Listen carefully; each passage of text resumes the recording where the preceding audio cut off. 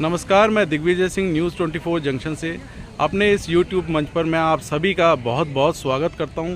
इस समय हमारे साथ गौतम बुद्ध नगर के लोकसभा प्रत्याशी, भारतीय राष्ट्रीय जनसत्ता लोकसभा प्रत्याशी श्री नरेश नौटियाल जी हमारे साथ मौजूद हैं और वो अपने प्रत्याशी के तौर पर अपने कुछ मुद्दे लेकर आए हैं। नोएडा के लोगों के मुद्दे लेकर आए हैं जो हमारे देश से संबंधित मुद्दे हैं, उनको उठाना चाहते हैं। आज हम उनसे बात करेंगे। नरेश नौटियाल जी क्या कहेंगे?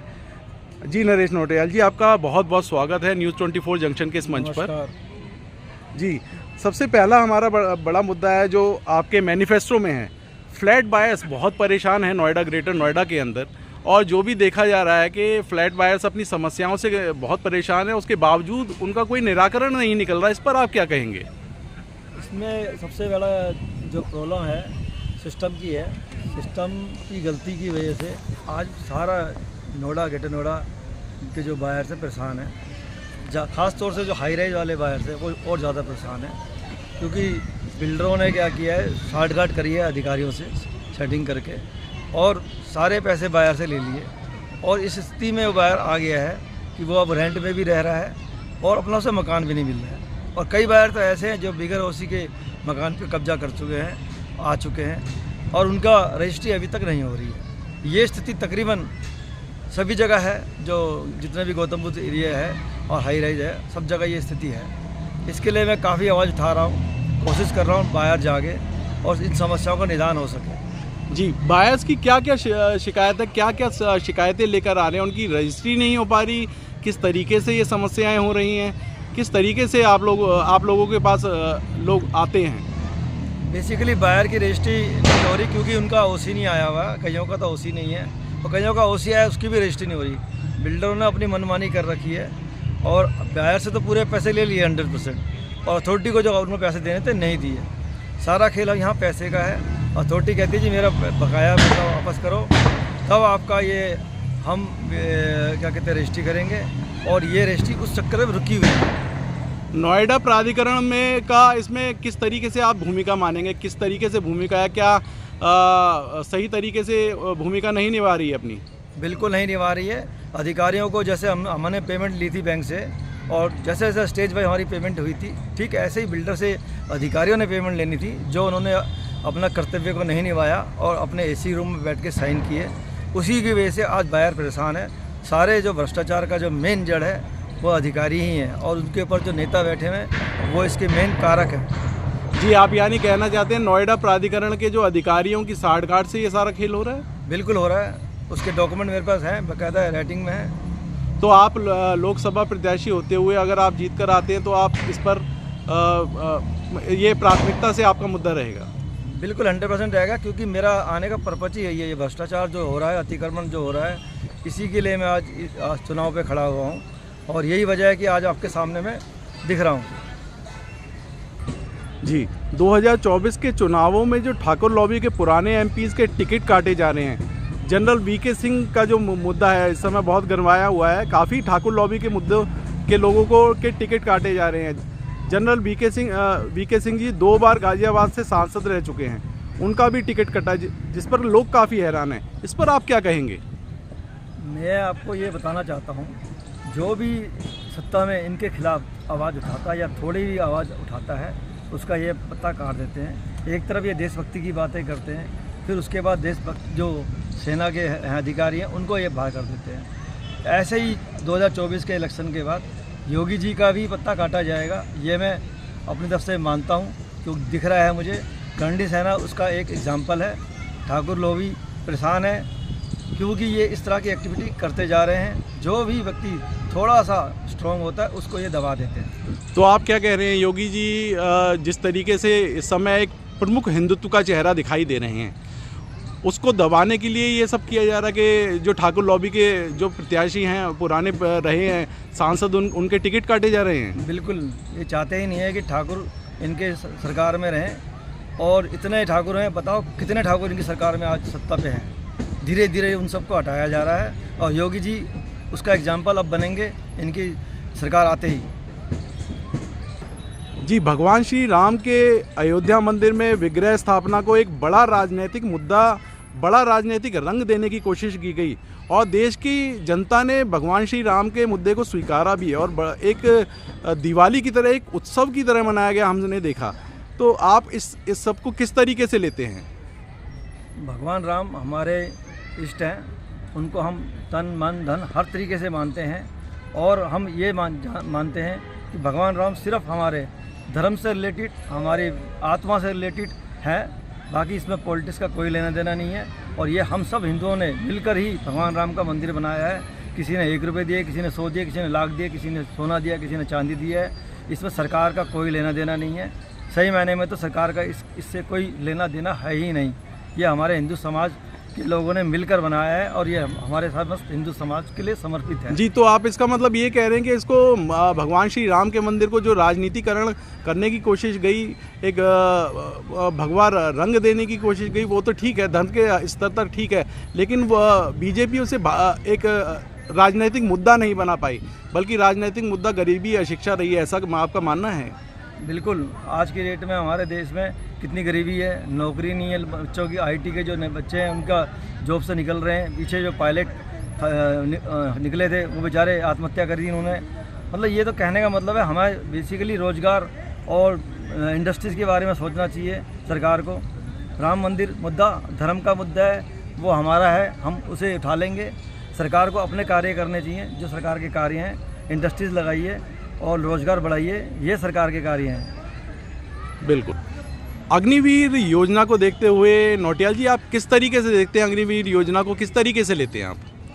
अग्निवीर योजना को मैं इस तरीके से लेता हूँ, पहले मैं देखता था हमारे गांव में बड़ा मुद्दा है इस समय जो पब्लिक स्कूल्स की बढ़ती फीस, महंगी, इतनी हर साल महंगी होती फीस जो अभिभावक उठा नहीं पा रहे हैं, बढ़ते किताबों के दाम, NCERT के जो किताबें उन्हें न चलाकर पब्लिक स्कूल अपनी मनमानी कर रहे हैं, फ़ीस में कोई ध्यान नहीं दे रहे हैं, सरकार उस पर कोई एक्शन नहीं ले रही है। अभिभावक नोएडा, ग्रेटर नोएडा के तो क्या पूरे उत्तर प्रदेश में, पूरे देश में त्रस्त हैं इस तरीके की नीतियों से। तो इस पर आप क्या कहेंगे? मैं इस पर आप सभी देशवासियों को एक ही बात कहना चाहूँगा, आप चेक कीजिए ये स्कूल हैं किसके। ज़्यादातर ब्यूरोक्रेट के ये स्कूल मिलेंगे, आपको नेताओं के स्कूल मिलेंगे, और यह जो स्कूल हैं ये सिर्फ एक दुकान है और दुकान हमेशा अपना बिजनेस सोचता है, आप लोगों का हित कभी नहीं सोचेगा।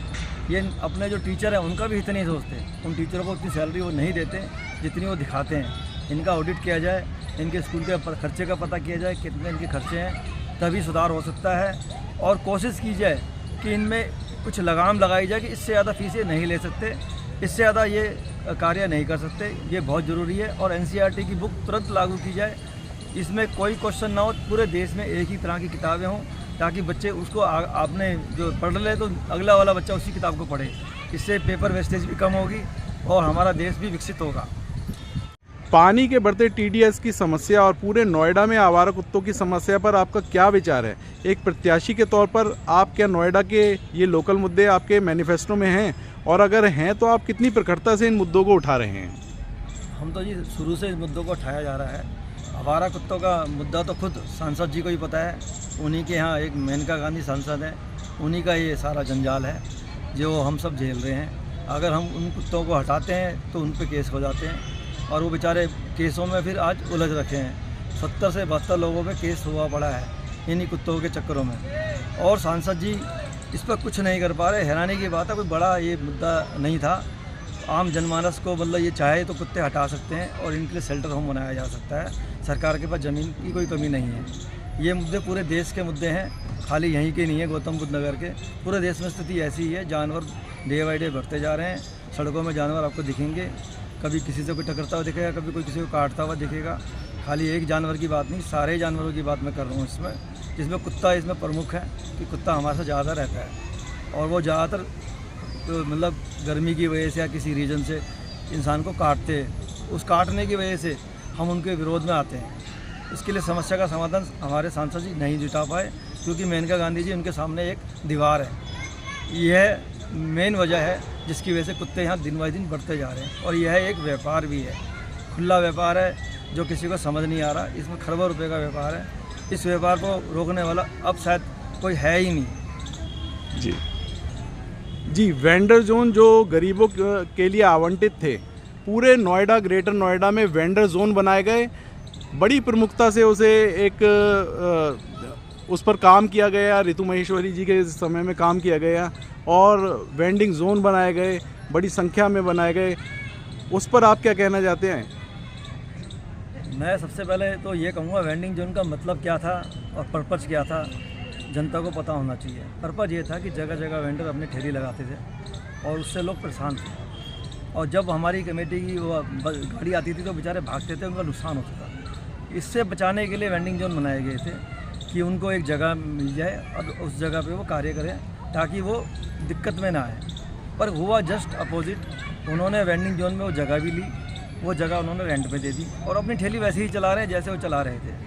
ठीक, मैं ऐसे ही बता सकता हूँ, सरकारें ऐसे भी करती हैं, झुग्गियाँ बनाती हैं और वो झुग्गियों के लिए फिर मकान बनाए जाते हैं। जैसे दिल्ली में आपने देखा होगा, केजरीवाल जी ने किया था, और फिर उनको मकान में जगह भी दी गई और घूम फिर के उन्होंने फिर एक नई झुग्गी बना दी। तो ये सिस्टम लगातार चलता आ रहा है और ये बहुत खतरनाक सिस्टम है। सरकारों को जांच करनी चाहिए, जिसको जो दिया है उसे चेक करना चाहिए वाकई में वो वेंडिंग जोन में वो व्यक्ति बैठा हुआ है जिसके लिए नाम पे वो वेंडिंग जोन बनाया गया, या जिसके नाम पे झुग्गी थी और वो झुग्गी से मकान मालिक बना, वो मकान मालिक आज है। जी, यानी आप कहना चाह रहे हैं कि जो वेंडिंग जोन के वैध लाइसेंसधारी हैं, उन्हीं के आधार कार्ड से मेल होना चाहिए, नोएडा प्राधिकरण को उनका मेल करना चाहिए। और जो वेंडिंग जोन में काम करता नहीं पाया जाता, वेंडिंग जोन का लाइसेंस, और दुकानदार जो काम करता पाया जाता है दूसरा, तो वेंडिंग जोन का लाइसेंस निरस्त करके किसी ज़रूरतमंद को देना चाहिए। बिल्कुल देना चाहिए ज़रूरतमंद को। मैं यही कहना चाहता हूँ सरकार को, आप जो कार्य करते हैं अच्छे कार्य हैं, ये कोई बुरे कार्य नहीं है, गरीब को उठाने का आप कार्य कर रहे हैं। पर साथ में देखिए आप किस गरीब को उठा रहे हैं। जो गरीब रहना चाहता है, वो चाहता ही नहीं है कि मैं कुछ करूं, वो उसे रेंट में दे रहा है। एक मकान आप उसे दे देते हैं गरीब को झुग्गी से, वो फिर वापस झुग्गी में आ जाता है। उसकी स्थिति को पता करो, उसका पूरा ट्रैक रिकॉर्ड होना चाहिए आपके पास, और ये कहाँ जा रहा है, क्या कर रहा है, ताकि ये धंधा ना बने। हो सकता है वो गरीब को कुछ मिला ही ना हो, अमीर बन रहा है और गरीब ही रह रहा है। यह बहुत ही बुरा सिस्टम है, यह नहीं होना चाहिए। जी, बहुत बहुत धन्यवाद।